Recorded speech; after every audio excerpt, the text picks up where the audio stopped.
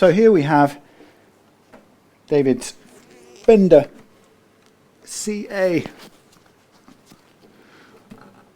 125, sorry, CA, FA 125 CE BLK in black. 155-ish quid's worth.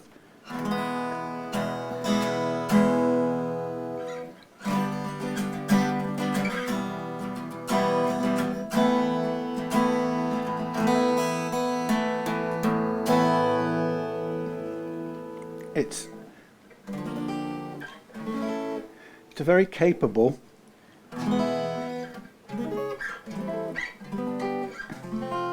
budget Fender, and I had one for a number of years and sold it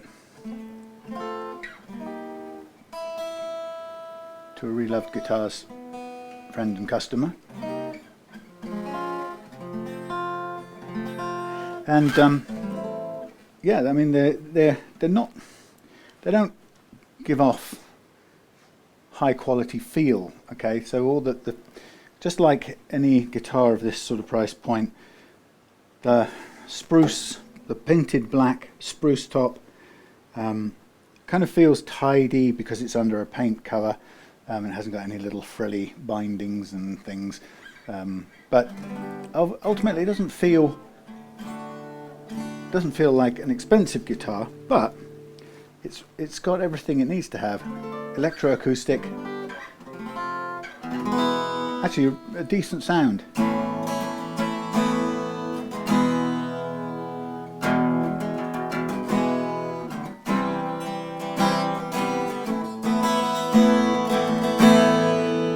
A little bit lacking sparkle at the moment because the strings are old,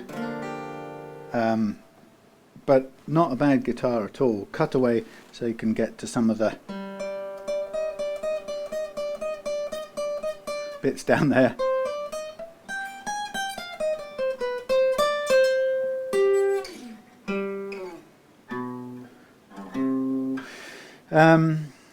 Yeah, cutaway, got a thingy tuner and everything, preamp there, well, somewhere in there, and you've got a jack socket. I'm sorry, preamp's over here, but the controls are up here. Sorry, that means the battery pack and the jack socket is here. The preamp's probably up here. This is on the thinner sidewall, where in many ways it would be better to be coming out of the back of the block of the guitar, but that's neither here nor there. Anyway, this is David's guitar, and it's come in for a setup. And what's good about this guitar, if I can take the strap off, is that it actually won't be too big a problem to make this thing, well, to transform how it plays with a relatively small amount of doing to-ness. Right, there's a loose strap button there and a loose one there, so we need to take care of those as well. So what we have is your dreadnoughty style thing. Of course, being black, it picks up all of the gunge and looks filthy very quickly. A little thin, hardly visible scratch plate. Really nice looking bridge. Tons of room now on the saddles, which is where we're going to make a major improvement in the action. The action here is uncomfortably high. David's relatively new to guitars, and he's finding that very, very difficult, and there's no surprise at all.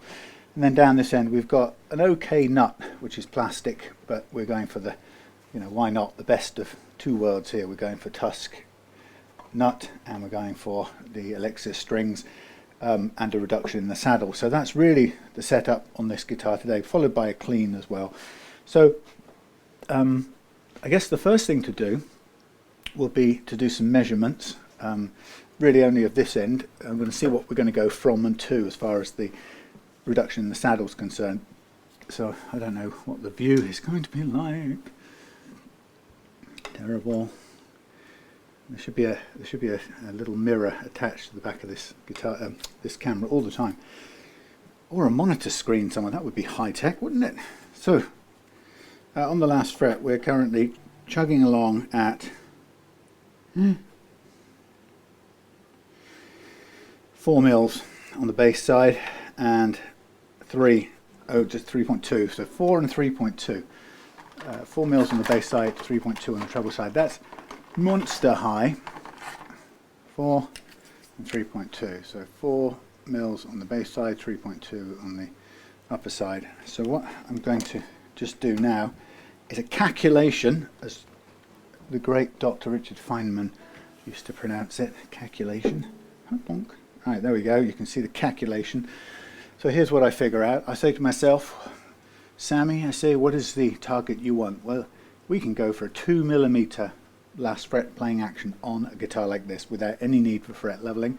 Below 2 you do need to fret level, and you can still get lower than 2. You can get an electric guitar style action, but I'm going to go for 2 or a tiny bit above, and here on this side we want 1.5. okay, so well, that's actually, I shouldn't do the minus, I should from that to that. So the first bit, as you can see, is it's going to be minus, we're going to take away 1.7, right? So minus 1.7 is our reduction. Sorry about the hand getting in the way. On this one it's 2, minus 2. Okay, so that's what we know we're going to take off the height here. However, we are dealing with something that is, we're calculating the height down at the last fret here, which is nearly 1.5, no, nearly 75% of the way along, but let's call it not 75, let's call it 65% to be on the safe side. So we are going to go, my little calculator, we're going to go on the first one, we're going to go 1.7 times 1. What did I say? 65 is the multiplier. Did I say that? Yeah. So that comes to 2.8 there, and then the other calculation is 2mm times 1.65 gives me 3.3 here. Okay, now that is then our target for reduction of. So if I remove 3.3 from the height of the saddle, 3.3 from there will not lower that by 3.3, it'll lower it by 2. Down here it'll lower it by half 3.3, which is 1.65. Down here it'll be a quarter, down here it'll be none. You get the idea, so that's the calculation. Right, so I guess we've got a couple of things to do. What are we going to do? Well, we know what the reduction is going to be on here. I'm just going to, you can't see very well, I'm just going to hold the guitar up for my own peace of mind, and I'm going to hold that down. We've got quite a lot of relief in there. We could take a little bit out to make this a little bit easier to play. I wonder if one of these, this is a Martin one, is it? I can't remember now. Is that too big, or is that's going to be too big a gauge? Gosh, never mind. Yeah, too big. It'll be a 4mm one. It's just whether we get a good reach in there with these. Or we've got a right-angled one. I have got one somewhere, but it's gone, taken a walk away. Take a walk. Take a walk away.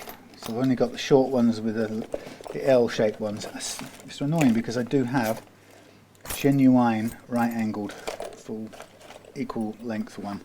No, it's not in there. Bah! There it is.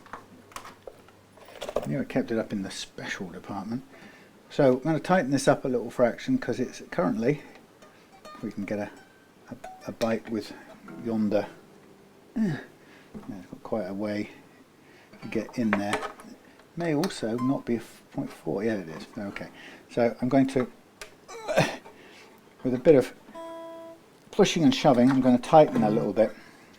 And now I'm going to just quickly check. I'm not going to do it that way because I'm bending the neck. I'm just going to check again.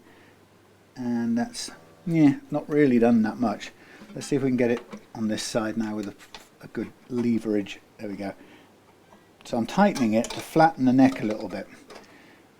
And once we've cranked it a little bit, we should get, there we go, much flatter. Now this may flatten out a tiny little bit more, but that will be a much lower feel. That will aid the low feel of this action. So I'll keep that hex key over there. So we have to replace the nut and cut down the saddle. So let's have a look at the nut. So we have a whiz down to this end. I bought this nut, measured it and compared it for exactly the right. Oh, it's the old thing again. It says it's for Fenders, but it's not quite fat enough. Which is not that far off, but it's a little bit thin. It's the Fender spacing, which is just about spot on, but it's leaving it a tiny bit thin in my book. So let's get these strings loose, and we'll tap this plastic nut off and get a shot of it. So if you wanted to make one adjustment to your acoustic guitar, in my experience, that would be worth investing 30 quid in, I would say get someone to change your nut for a Tusq one, keep the guitar in tune. The second one would be to lower the action by reducing the saddle if possible. But the interesting thing about acoustic guitars is that experience has shown me that they're pretty much all at some stage in a process of decrepitude. No, it's not quite what I'm hoping to say. Yeah, this one, I'm going to leave this one. It's slightly not fat enough for this guitar, but it'll be better than putting a plastic nut back on. I have a couple of other nuts here. Let's just have a comparison.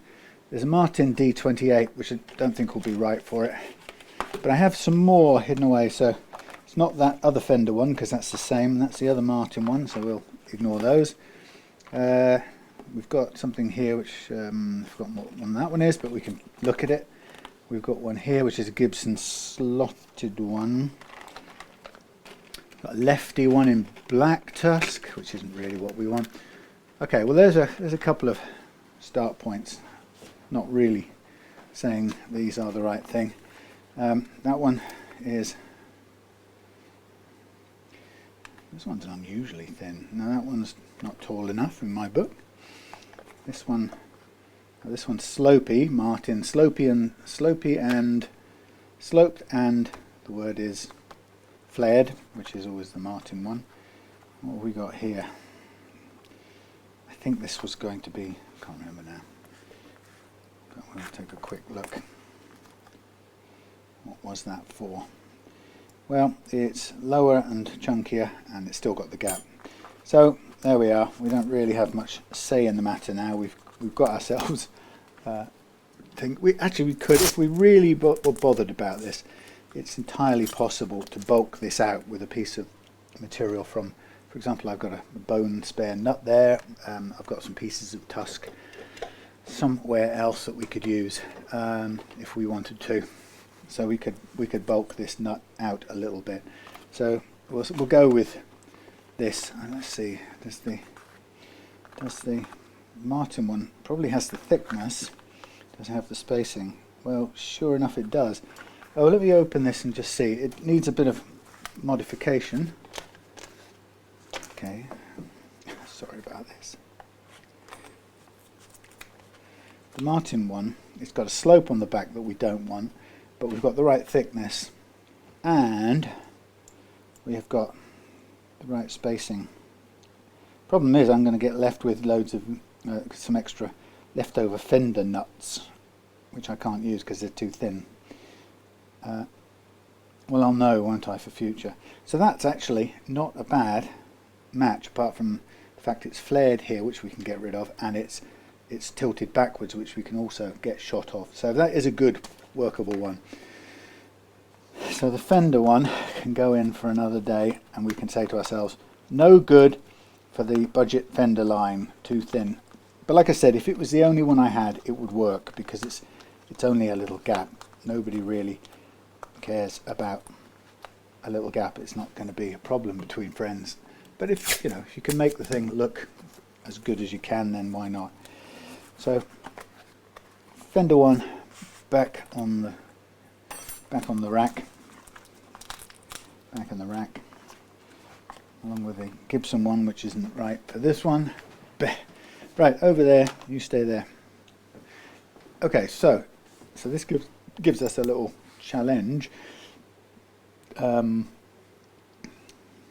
so first of all I've got to flatten the base of this off. That's the first challenge. So to do that, I'm going to get I've got a couple of things I can use. I've got a flat piece here. Not only have I got to flatten it, I've got to take down the flanged edges, which are made for the Martin D28, which is a kind of a unique guitar in its own way. So what I'll do is I'll get the big, maybe I won't, maybe I'll get a sharper thing, rougher sandpaper, and I'll just do a bit of the old side to side shuffle and just wear this down to one flat 90-degree surface, which is pretty good because it will still be tall enough. Even when we've taken this angled slope off, it will still be tall enough to use in this guitar. And of course the next challenge will be to get it down to its correct size. Now what we know is that this one was nearly right, so we'll start with this one as our guide. We'll just take our measurements off this one. It's a sort of slow and careful process to get this right. I have fitted a Tusq adjustable nut to my own acoustic guitar, which is a Taylor Baby, and I have to say it worked perfectly well.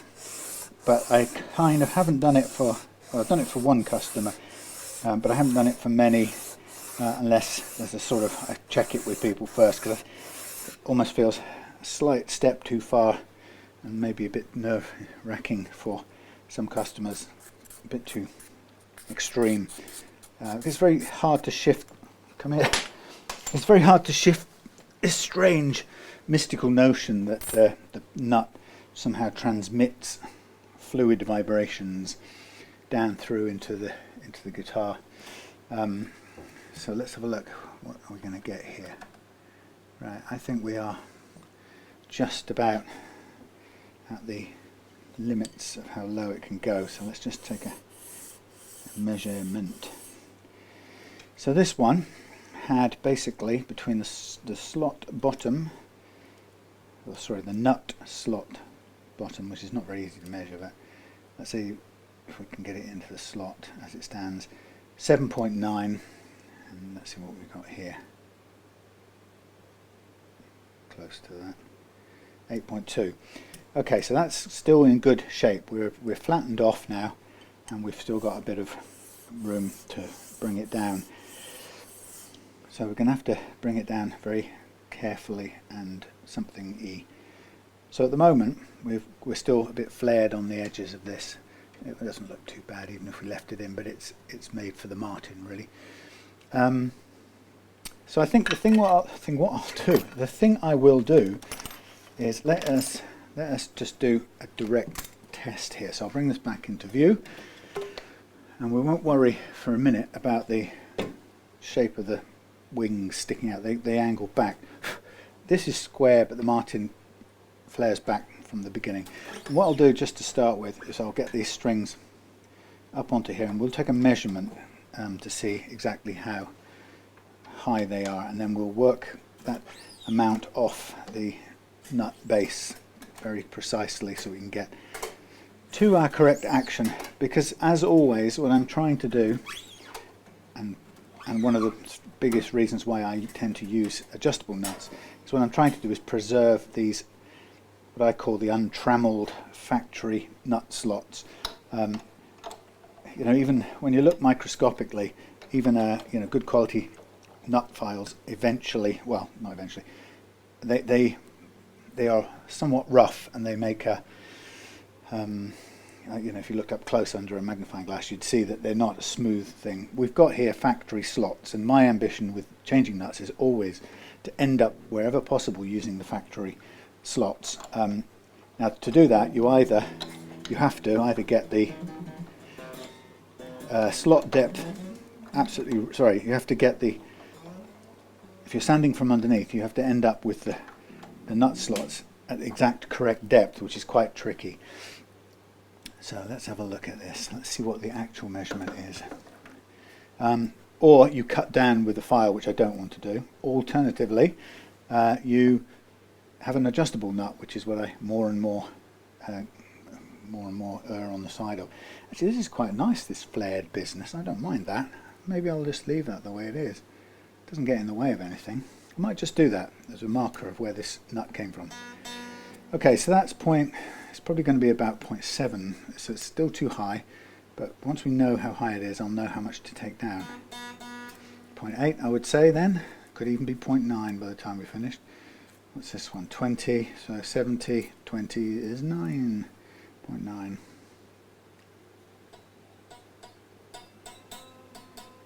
No, 0.8.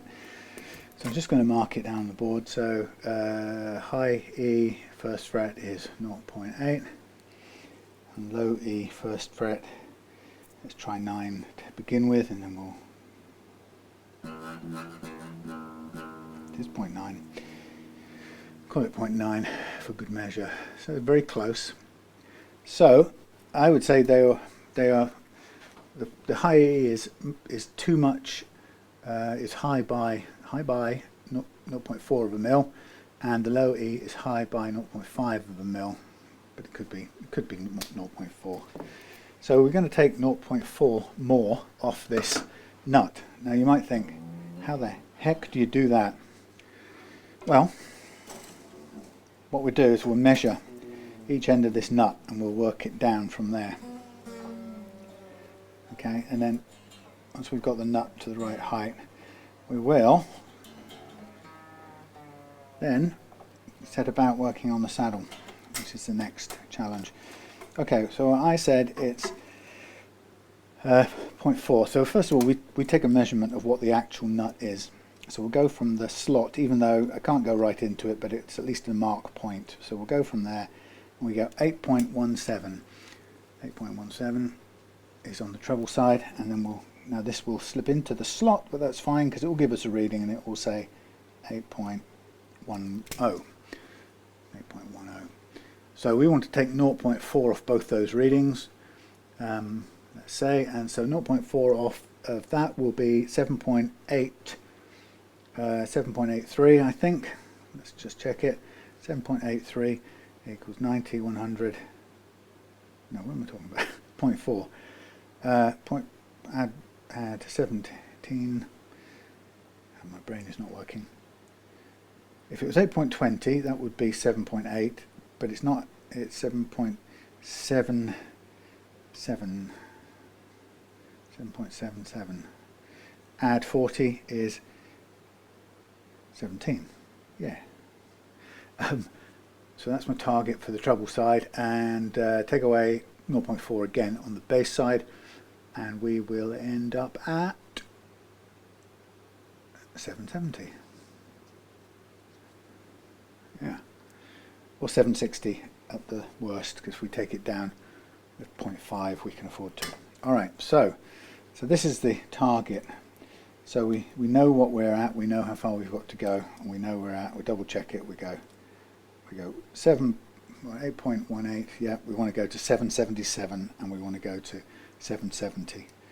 Right, so we get our sanding thing and we just work it away. Now the aim of this is to take it down at the same time as keeping the surface or the floor of the nut, the bottom of the nut is probably a better way, keeping that flat or right angles. 8.18, still the same size. 8.11 to 798. So we're going slightly down. Let's try put a bit more on the treble side. No, a bit more on the bass side. So we're very small amounts here, so I'm not going to push this too madly because we'll get there before we know it. So treble side, our target is 7.77, 798. Target 796. So we're coming down the same amount on each side, which is good. Looking at the right angledness, I think it's leaning forward a tiny fraction. So I'm just going to, when I'm cutting down, I'm just going to lean it a little bit on the back edge, and it is really sort of touchy-feely how much, down to instinct and experience, I think. So here we are. Let's just take the excess off here.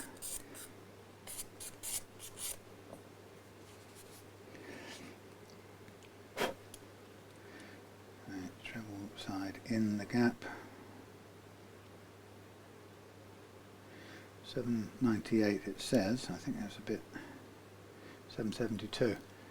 Well, I think we need to do a bit more now then on the treble side. So we've got that extra little bit of give on the bass side to allow us to catch up, I think. Let's see where we go. 786, not far off.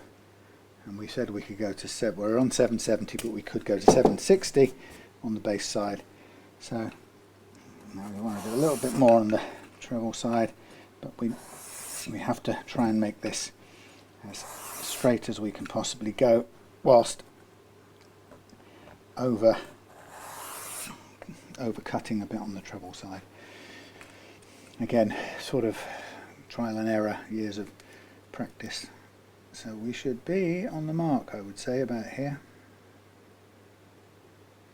773, that's close enough. 778. 774. So we're about level now. So that's good on that one. I think we'll just square this off now. I think that's going to be almost close enough. So I'm using a lighter gauge sandpaper just to round and tidy this off. Smooth it off, I should say. Have a look at it. All looks good. All looks good. So 777 and 770, if they're as originally planned. 770 and 771. That's very close.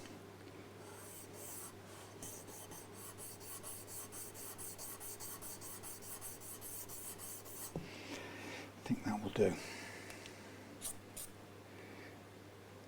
I'm pitching it at 0.4 millimeters over the first fret, which is a fairly comfortable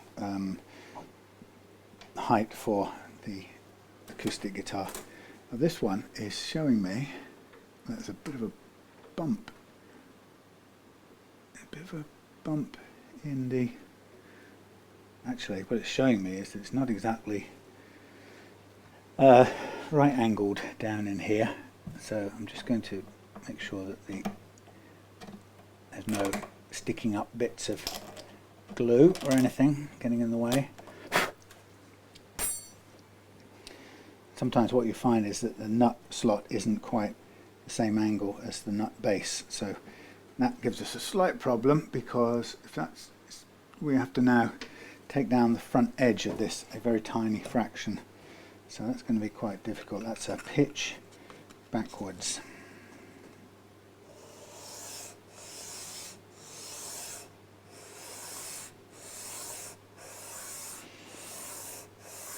Without taking the overall height down. Feels pretty good. So it's got a little bit of a turn on it, wrong side. Let's go to this. So we pushed it forward, and we're going to try and just flatten that off across the base with an emphasis, or leaning a bit heavily on the front edge. And I think it's fair to say that any glue will take up the difference. Yeah, it's pretty good. Okay, so let's just get a feel for this.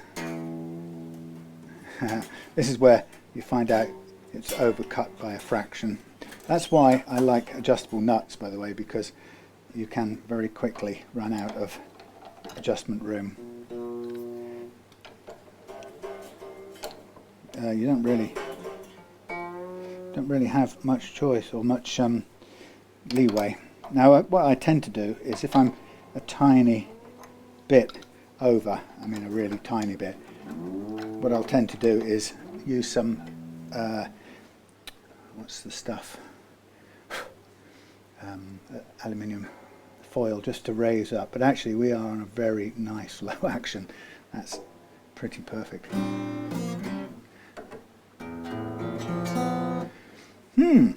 That's right on the ball to the 1/10 of a millimeter. Okay, so I'm good with that. Any further and that would have been over or undercut, I should say. But this will be an amazingly low action. Low action at the nut, as long as it doesn't rattle or hit the first fret. The low action at the nut gives you an effortless playing experience. In fact, it has a bigger impact on how nice it feels to play, really, than the lowering of the action down here, because the lowering of the action down at the saddle part of the thing is really kind of makes a difference when you get up here. But for a lot of people, getting the first fret or the nut right is where you really feel the improvement, because that's where you play most of the acoustic open chords. Typically would play most of the acoustic open chords. Okay, so I need to slack this bit more. So I'm going to remove the saddle and I'm going to mark up the amount that I need to remove from it. That should come. Gently sort of walk it along here. It actually doesn't want to go. It feels like it's stuck in or jammed or something. Everything is very loose. It should come out no problem.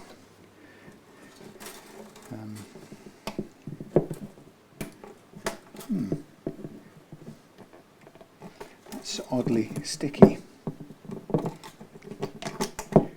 Okay, it is now out.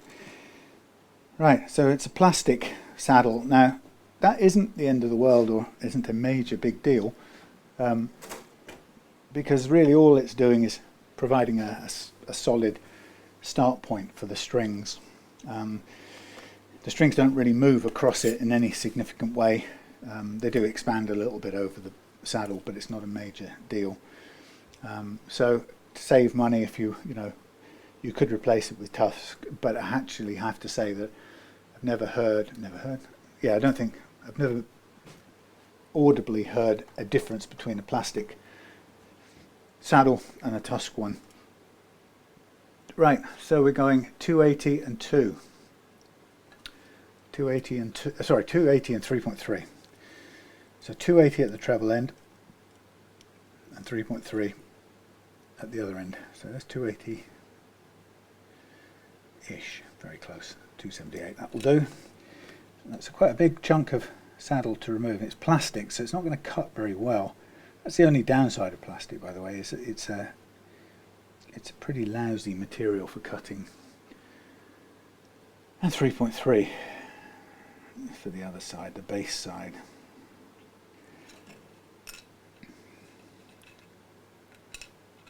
If I didn't know better, it looks like somebody's already marked this. Maybe it's just a pure coincidence that it seems to be marked right where I'm going to be cutting it down. So this is going to be a slight angle cut. So I'm going to sort of approximate it as close as I can between the two marks, so I can perceive a little bit of an angle on the cut. Looks like that. So you can see it's quite a lot to remove. So a fairly quick way of doing that will be to go over to the thing. I'll zip across there and make some noise behind this cloud of packaging.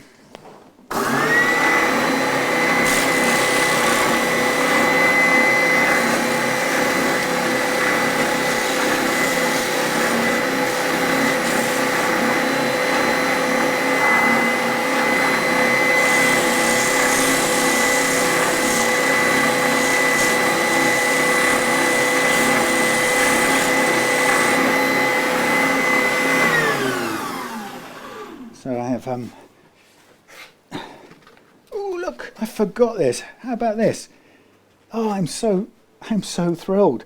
I forgot I made a double-sided one. I've been using this crappy old thing for so long, and then I forgot I got a brand new one here.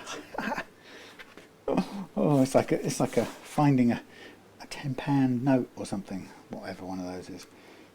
Right, so yucky, curly, horrible plastic. So I'm just going to now do my best to cut this down to size. Now again, a really important thing here is to obviously not overrun the cut, but also to keep the bottom of the saddle at right angles to the walls of it, so it stands up straight. So I'm being conservative, but that's now tilting away from me a little bit, so I'm just going to lean it over deliberately a fraction towards me and hold it in the same plane. That's the sort of tricky bit that comes with experience. And then you go, if you're unlucky, you go, oh no, I've overrun it the other way, and then you have to go back and hope that the point at which you get to the right size, you're on the mark for perpendicularness. Right, that's pretty good. Tiny bit too much lean towards me on one side of it, but actually it's not so bad. So now I'm going to go to the finer of the bits here, and I'm going to try and just lighten the pressure and aim to get it down to the correct target height, but slowly and with care. So this is quite a big adjustment, so David is going to really feel the difference here. And there are times where, you know, sometimes I have to stop and think about the impact of such major adjustments, because sometimes, you know, in our technical hurry to make things as amazingly good as they can be, and you know, if we're talking about low actions, then perhaps as amazingly low as it can be,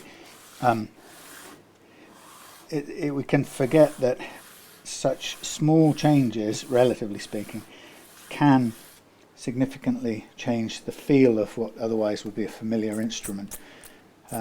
So, you know, got to be conscious of what seems like to us a fantastic achievement might actually strike the owner as something quite unsettling. You know, it suddenly no longer feels like their guitar. So you have to just keep that in mind, and sometimes, you know, it would make me step back a little bit from where I would otherwise go. Now with David, it's a little bit different because he's sort of relatively new to playing guitar, or you know, come back to playing guitar, shall we say, and so he's not really got, you know, a long-term relationship with an instrument like this that could be unsettled. So, wow, look at that, very much different. So I don't think we'll be into that sort of territory of upsetting a familiar feel, but it is worth keeping that in mind, because sometimes people might ask why I've held back on something when it was technically possible to do it much higher. I know this is where I have run into a problem. The reduction in action here now has robbed me of my last little bit, so I will have to gently build up this base of this nut, which is no problem at all because it's a little metallic foil, and it's very easy to do and control the amount. So I shall do that now so I get myself back. And the important bit is the height of the nuts. This is my version of now adjustable nutting it. Oi, adjustable nut, which is fine. So I do something like, okay, where's my scalpel? Thank you. Yeah, there's one thing I completely forgot, and that is the amount to which I was taking down the action on this guitar. And so since it's quite a significant amount, it's also had an impact on the height of the nut, which was just perfect before, but now is slightly too little. So I'm going to boost it with this quite thick metal foil. I mean, I say thick, it's thick compared to most metal tapes, but it's tiny in terms of a shim so you know it's very, very slight. So I'm going to boost that up, and what I'm actually going to do, I'm going to do a little boosting trick here. I'm going to put an actual little tiny thin strip, if I could hold it in place. I'm going to do a little edit. Where's it gone? On the back edge here, like so.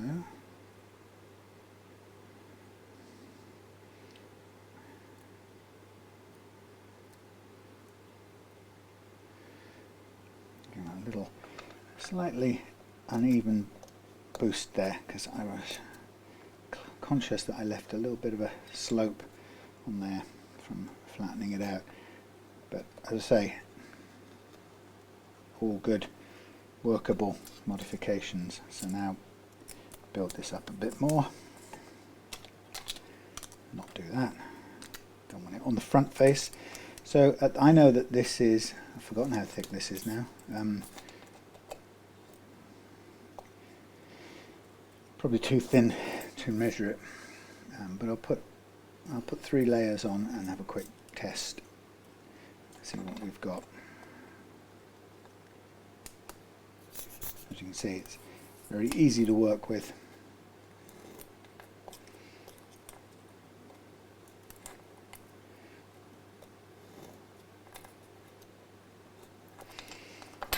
Okay.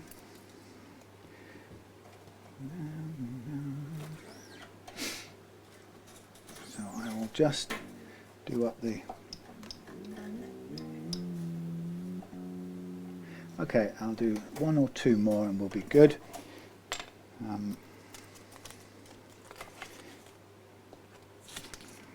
It's not as sharp as it was, this blade. So, sorry to slow this down. Before I did this, I was just in the other space sanding down Nick's HH2 build. I'm making him a copy of a Kiesel or Carvin HH2. I think it's a Carvin HH2. And making it in swamp ash. It's going to be a natural finish. It's made from scratch, so I've made the neck from scratch, and we've got a really nice quality bridge unit in it, which I'm looking forward to testing and seeing how it works.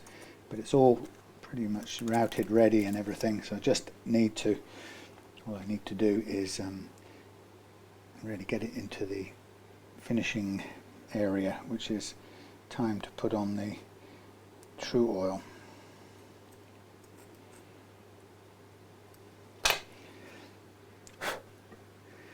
Okay, so I'm just going to load these all up now and just see how this feels. And we'll get the little bits of everything else out the way. Clear the decks. Put the scalpel back on its magnetic holding point, fixing point. So the guitar is currently still sort of mucky because I haven't even gone anywhere near cleaning it up or anything, so it's just about the setup part of it right now.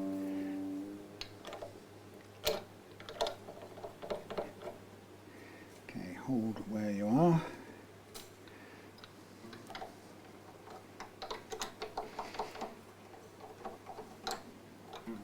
Looks good. I think, you know, it used to be that trying to preserve the slots and cutting it down using the, you know, doing it the way I just did it from the bottom upwards. I used to, if I overcut it, I used to just give up and start again. But actually, you know, it ends up being a very expensive business. So I think finding a way to do it with a little bit of a lifting shim with that foil is a much better way around it. We get where we want to get. And it's a metal shim, so it's not really a problem.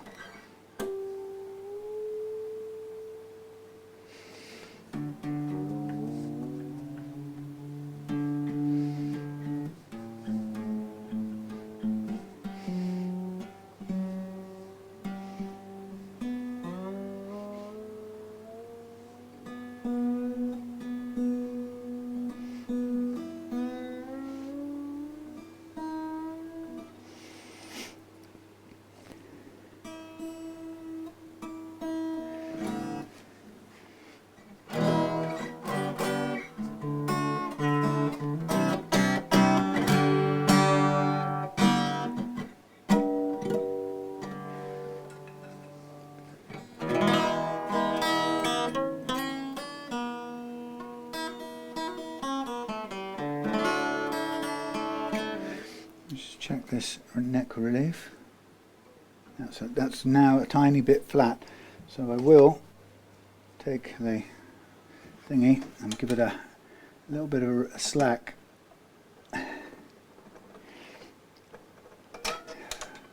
Problem is we haven't got any room to get in here. That should be enough.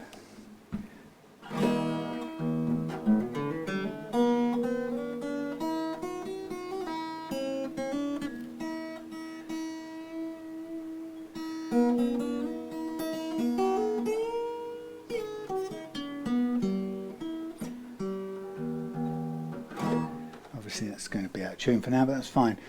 Okay, there we have it. So we'll stick on the nut, get the strings off, stick the nut on, clean everything else up, and we are ready to restring. We'll be ready to restring. And we won't, as I say, we can get to this type of action without needing to do any fretwork, which is really good.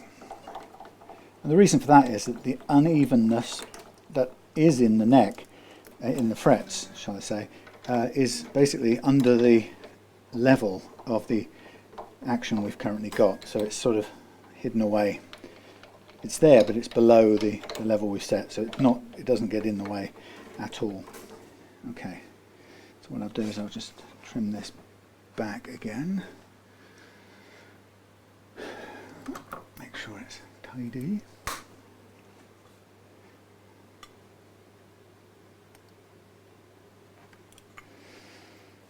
Thank you. Right.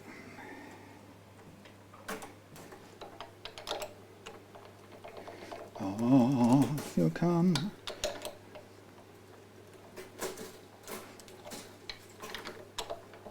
So we've got Elixir 10-47's extra lights, and again the reason I chose those is in respect of David's relative newness to guitar playing, so you could have an easy start. So out we come with these, and now it's time to give everything a good clean over.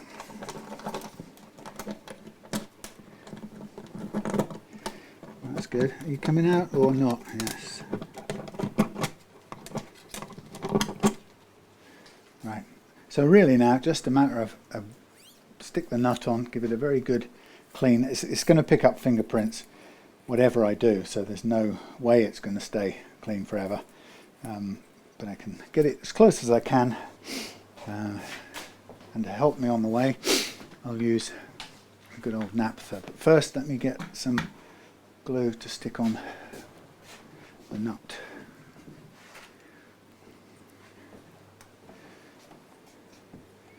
So I'm going for hopefully a fairly thick glue. Yep.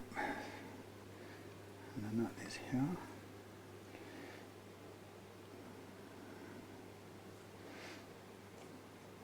Out the way. Now I know this is a pretty much perfect fit, so all I really have to do is just get it in place and hold it down, and things will be happy. Right. So next on the list, I was going to get going with some cleaning fluids. So the naphtha stuff is basically it's Coleman's cooking fuel, which is a readily available source of what is effectively chemically the same as naphtha, which is also what people used to use as fire. What am I talking about? You know, cigarette lighter, lighter fluid. So people historically used lighter fluid for cleaning finish on guitars like this, and these days you used to be able to get it industrial sized containers. About 5 or 6 years ago I would buy it in a 5 litre sort of industrial serious looking tin of the stuff, and then for some reason they seem to stop doing that. Maybe they're frightened that people would be building bombs or something, or whatever they might do with it, I don't know, sniff it or drink it or something. Anyway, so it became suddenly difficult to find, and the result is that it was about 6 months or a year when I was trying to find variants, and I remember actually buying some odd things that really weren't very good. Let me just do something. I'm going to take off the tuners because it's pretty mucky at this end, and what I'd like to do is give it a bit of a freshen up. And again, it's one of those things you can do for a little bit of time and effort, but not much time and effort. Yeah, so the naphtha hunt went on until somebody said, I saw in a forum somewhere that somebody said they discovered that the best alternative was Coleman's cooking fluid. Now, I'd had a few odd, weird chemicals that after researching for hours and days, people had absolutely insisted was naphtha, and actually they didn't dry or behave the way naphtha did. It had sort of, they left oily residues and so on, and I just didn't like it. So I was not happy with anything I'd found. So when I saw this recommendation to use Coleman's cooking fluid, I went for it, and have been using it ever since. And I think even if there is a cheaper bulk version out there, the good thing about using the Coleman's fuel is that it's not the cheapest, but it's certainly not the most expensive. That's about, a litre is about £13 or something close to that in the UK. But you've okay. That's interesting. That's the jack socket just fell off. Let me just do that up while you're not looking. So I've got to, well, you can't exactly see what I'm doing. I'm going to need to hold this in place while I get the StewMac tool into there to stop it moving anywhere. Yikes, I've nearly lost it. I've hit it accidentally. Hellfire, come on. Come on, out you come, out you come. Come on, come on, come on. Out you come. The problem I've got is I've got to get this wash on and the nut on and hold it all in place so it doesn't fall inside. I can't be arsed with that. Come on, come on. Spin it, come on. Hellfire. Come on, come on.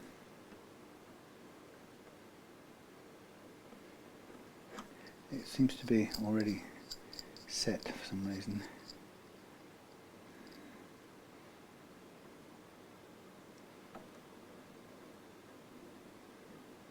Come on, out you come.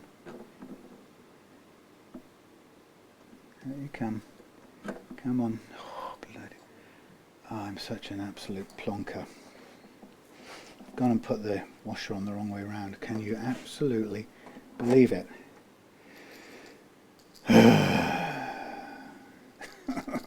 After all that, sorry, maybe I'll show you, because what's the point of not showing you? So the nut and the washer fell off, so I'm going to have to attach this device here, but I've got to get it inside and turned backwards. I've just knocked it again, so I've pushed it in a little bit, which I don't want to do, and I've got to get it in without pushing it all the way in. Now it's pushed in again. Now I've got to get a lock on it like this, bring it through to there, get this down to here, hold it in place, and finally get the nut starting on it so that it won't let go of it. Oh, gee whiz. Talk about dodgy, eh? Now, while I'm holding that, I've got a chance now to, if I can find an angle to reach it from, I've got a chance to turn it. I'm going opening, that's no bloody use, is it?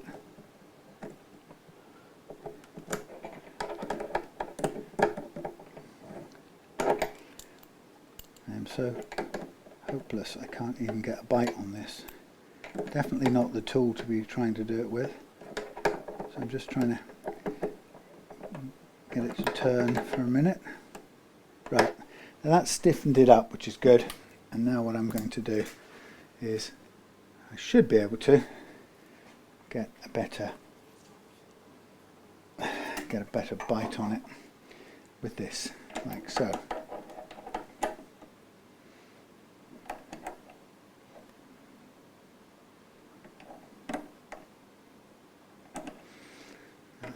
Doesn't want to turn at all.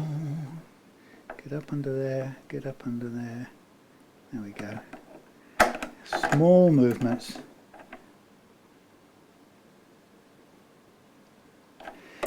There we are. Whew. Bloody hell. Right, well that was kind of it to fall apart like that, but at least we know what it was. So back amongst the tuners. Here we are. Zoom out. So just going to take these off for the purpose of cleaning them. And the only reason for that is that they're just very difficult to clean around the headstock with the tuners on.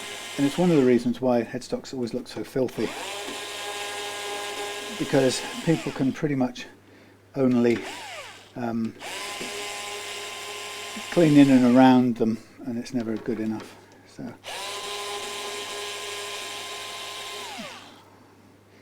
there we are. These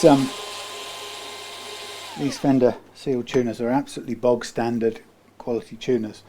Nothing good or bad about them, but I think one of the amazing things is, as I say in many of my videos, is that the idea that tuners play a part in your stability, the tuning stability of your guitar, is one of the big myths of the guitar world. In fact, they play almost no part in it at all, probably none, effectively none. The tuning stability of the guitar is down, to all intents and purposes, it's 50% the quality of the nut you have, meaning a nut that is cut well enough and of the right material so that it doesn't cause any friction at all, doesn't pinch the strings, and it doesn't cause friction as they go through. That is 50% of your tuning stability. The other 50% is making sure you get rid of all the retained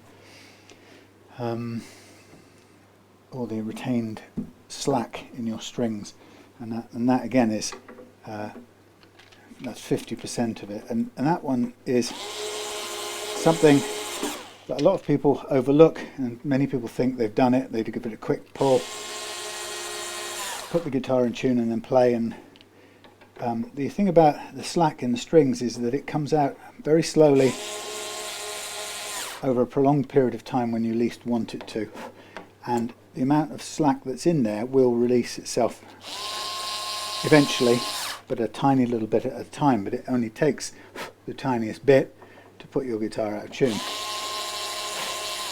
So it will annoyingly keep on doing that for a long time, unless you take it all out at the beginning, which is one thing I recommend you do. And so once you do that, as I said, your tuning stability will be fabulous. I promise you.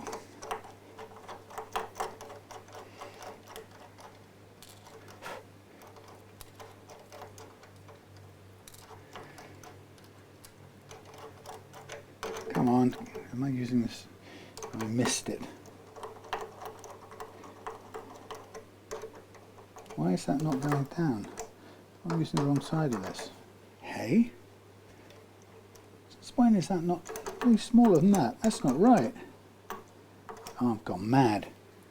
Since when didn't that do that? Right, it's official. I am completely mad.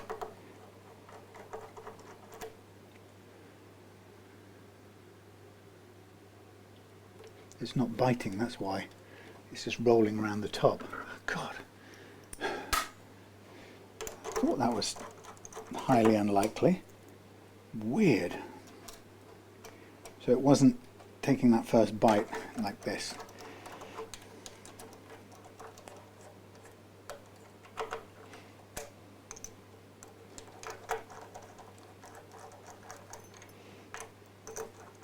Look at this, doing two things at once. Why, I must be multitaskable. Of course, that's put a load of dust back on there, thanks to these dusty things. The tuners and all those little types of components, they always store up a load of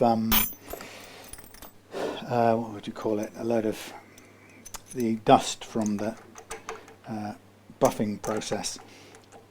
So it always catches around the tuner holes, and then it comes out when you take the tuners off and on, and it consequently, like you can see, you get it all over your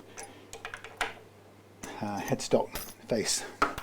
But it's loose dust mainly, so you can wash it off like that.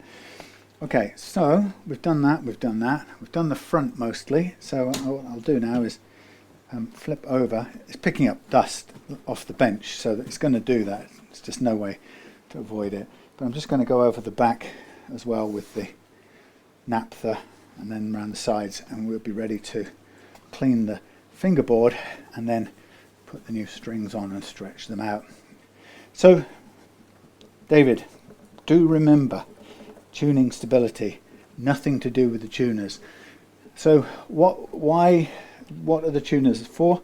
Well, at the risk of stating the bleeding obvious, they are for making your guitar go into tune, right? So yes, you turn them to tighten the string, obviously, but really what you get if you spend more and get expensive tuners, what you're really getting is smoother operation and better quality materials and better quality gearing. So the process of tuning your string up to pitch feels nicer, and it feels more precise and progressive or whatever, and that's absolutely true. That's a benefit of having quality and more expensive tuners. So definitely, you know, if you want a nice experience of tuning, every reason to spend money on high quality tuners. However, if you've got a tuning problem, don't look to those tuners to solve your tuning problem.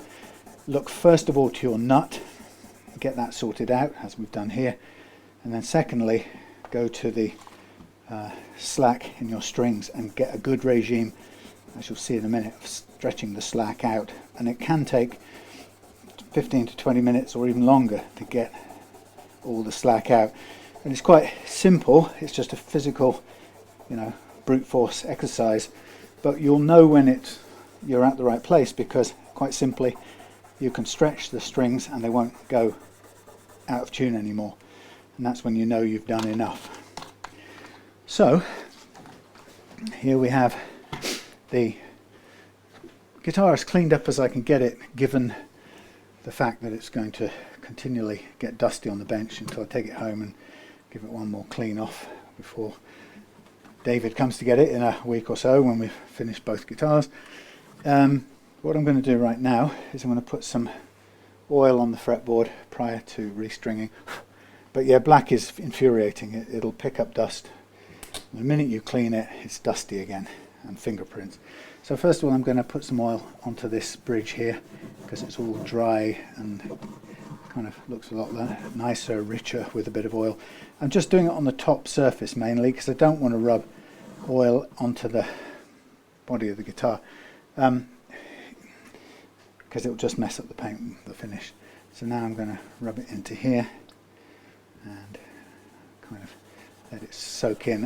How much it soaks in is anyone's guess, because oil and cellulose of wood, or whatever it's, you know, fibres of wood don't necessarily mix brilliantly. But as we all know, as you can see, it makes the fingerboard look more invigorated. And it really, all it's doing is it's sort of mimicking what the fingerboard looks like after 30, well, more like after 30 years of playing with our sweaty, oily fingers. It eventually turns a rich, dark colour that everybody likes the look of, and likes the sort of effect of, but it's just, you know, it's just finger grease basically. That's all you're paying for. Well, that's all you've got. So here you were simulating it a bit, and I'm just going to wipe off the kind of sitting oil. Right, so we start the restringing now. This is something, David, I'm going to invite you to look closely at, if you can see. Right. So remember that the slack in your strings and your nut are critical to tuning. So the first thing I'm going to do is I'm going to put in the bass, the low E, pull it up underneath, and then what I'll do before I start tuning up, stringing, I'm going to put all of my ducks in a row, so get all of the holes facing forward, just to ease things along so I don't have to keep picking up this tool every 5 seconds. Line them all up and we should be easier. Right, and I'm also on a clippers file. These things, tin snips things. Right, so first thing you do to get the optimum stringing, pull the string all the way through and make sure it's sort of tense, you know, taut. And then I always grab the string here at the first fret and pull it back to the second fret and hold it there and begin winding. Now, when I wind, I make this the held string and this the loose string, okay? So as I'm winding, I make sure that the held string goes over the top of the loose string, but I keep the held string under tension, however I do it with the finger gymnastics. Then I've gone over the top of the loose string, and as the loose string comes around, I yank it up like this, and keeping the held string under tension, I direct it below the coil of string and underneath the loose string. So the loose string stub, when I cut it in a minute, is going to be stored or caught between these two coils. So if you can see there, it's exiting right there, nicely caught between the two coils. And so I then go like this and I cut it off. So nobody's going to cut their finger, courtesy of me. And you've got as little string on the post as is suitable for holding tight to the string. So that will help in ensuring that we can stretch all the slack out, because coils of string around the posts is one of the places where a lot of slack hides until it's ready to come out and mess up your tuning. So again, pull tight, pull back 1 fret, start winding, keep your string taut. As soon as it starts moving, hold it taut over the top of the loose string like that, and I lift it up and I start to use my finger as a sort of tensioner, and as it comes round, hoik up the loose string and direct the held string underneath the loose string, and there you get. Sometimes it will go 2.5 times now, but that's still fine, and then cut off the excess. Makes sense? It's a good way of doing it. You get the same look every time, and you've also kept to a minimum the amount of loops going around there, and that means they won't hold as much slack as if you put 3, 4, 5. Sometimes, you know, some people put a random amount of loops on there, and you just store up slack that you'll either have to stretch out for longer right now, or because people don't normally do that, that slack will stay there waiting for some time when you don't need it to go out of tune, and it will come out and put you out of tune.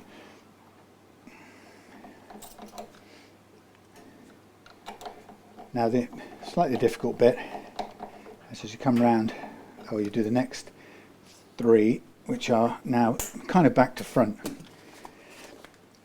I'll see if I can continue filming it even though it's back to front. Now we've got a wound G, as we do on most acoustic guitar sets, even this light one. So this gets a little bit clunky. So through here the same, all the way through, pull it tight, hold it on. Now I pull back 1 and then I grab hold here like so, and then I kind of work back to front and I hold it and I make sure as it comes through I pick it up, hold it tense still, direct it over the loose string first time, and as it comes back round, keep it tense or taut, yank up the loose string and do the same thing again. Sorry if it's a bit obscured, but there's my locked off. And this probably, by the time you're at the G, this probably goes 2.5 loops rather than 2, but it's still a, you know, a pretty small amount of wind on. Okay, so I'm going to go back to more easy for me to reach position, like so. So 2 more to do, a 14 and a 10. Now, when it comes to stretching, you have to keep in mind that you're just putting new strings on, and if you overstretch them, you can break the string, usually the high E. So I guess with time you get used to how hard you can stretch a high E without it breaking. Sometimes I get it wrong and I break them, which I don't want to do because I don't have a spare. So if I'm in a situation like this where it's an unusual pack of strings and I don't have any replacements, I will kind of back off the extent of my stretching power, because I don't want to bust a string and find myself without a set or a spare one to replace it, because that's just messed me up and messed you, the customer, up. So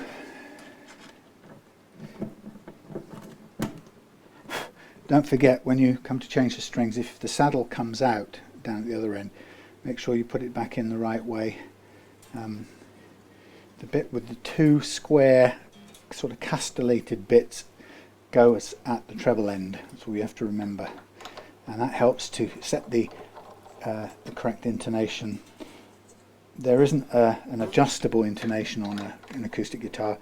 It's set in the saddle, and they call the saddle pre-compensated, and it anticipates the normal intonation pattern for in this case 4 wound strings and 2 plain ones.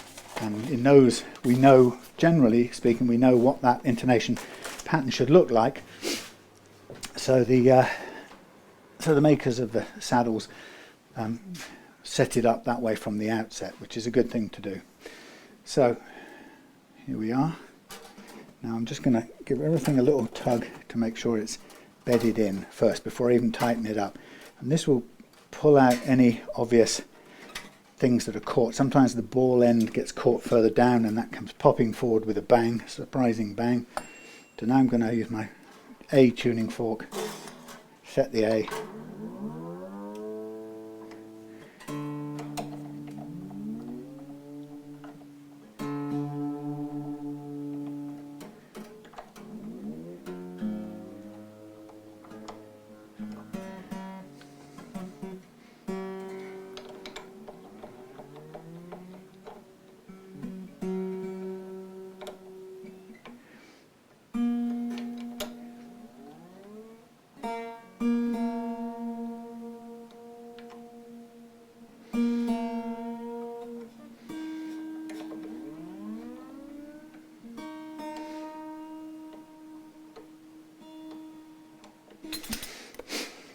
Okay, so that's not really beautifully in tune, but it's sort of there now. But it's only really, we just need it under tension, because what I'm going to do now is to start stretching the strings, and we'll hear how much it goes out of tune with the stretching. So grab the strings, each string between thumbs and forefingers, and push against it. So it's not pulling too hard against the posts at either end, but against the thumb and forefinger, and that's where you'll get the best stretch out of it. Now, you've probably never stretched a string this way before, but it's really vital that you do if you want the guitar to stay in tune. And expect at this point in time to do this 3 or 4 times, along with some other stretching. And that way, if you do, you will benefit from being in tune every time you pick the, pretty much in tune every time you pick the guitar off the peg. And if you tune it, it'll only take the tiniest nudge to get it into tune, and it'll stay in tune then for the rest of your session, and you'll be amazed how little you have to fuss with it. And it's the bit that makes a difference between when a guitar feels like it's fighting you and when it doesn't.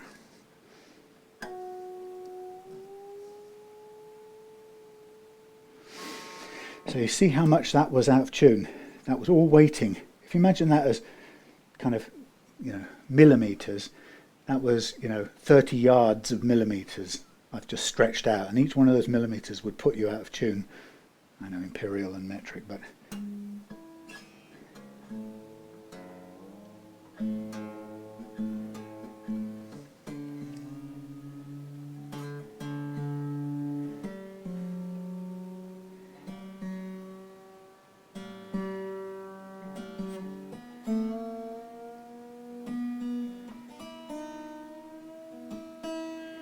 now notice how the bass strings got furthest out of tune and the treble strings went into tune easiest.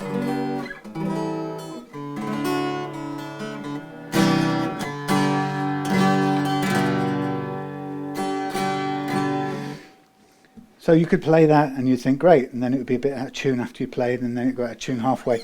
So come back before you even go anywhere near playing it and stretch it all again like this. And you'll hear it go out of tune again, but this time you'll hear it go out of tune not as much. So you know you're winning the battle slowly, and you'll be able to kind of choose the point at which you stop, and actually 3 or 4 times of this maximum and you'll be able to stop. Now I'm going to start getting very gentle with my stretching as I get to the 10 up here, the high E. I don't want to break it.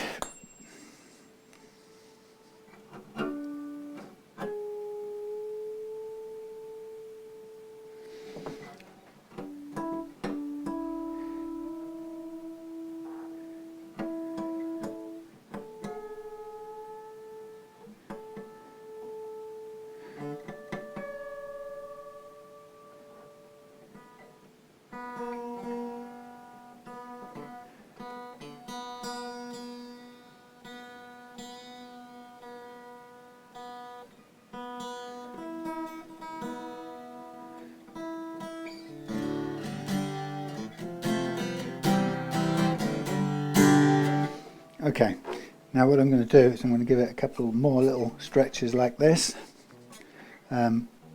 Just eke out the last bit, but I recommend you go until you're confident that it's not shedding any more tuning when you gently stretch it. And if you're breaking a string once in a while,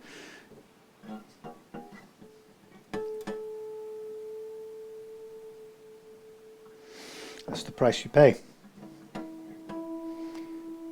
See, we're not hardly any detuning there.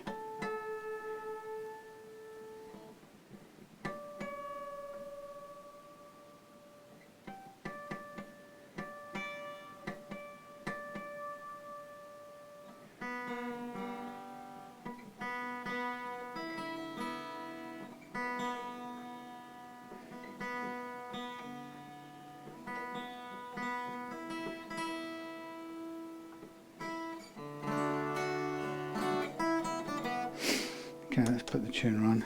That'll be sharp. Oh no, it's flat.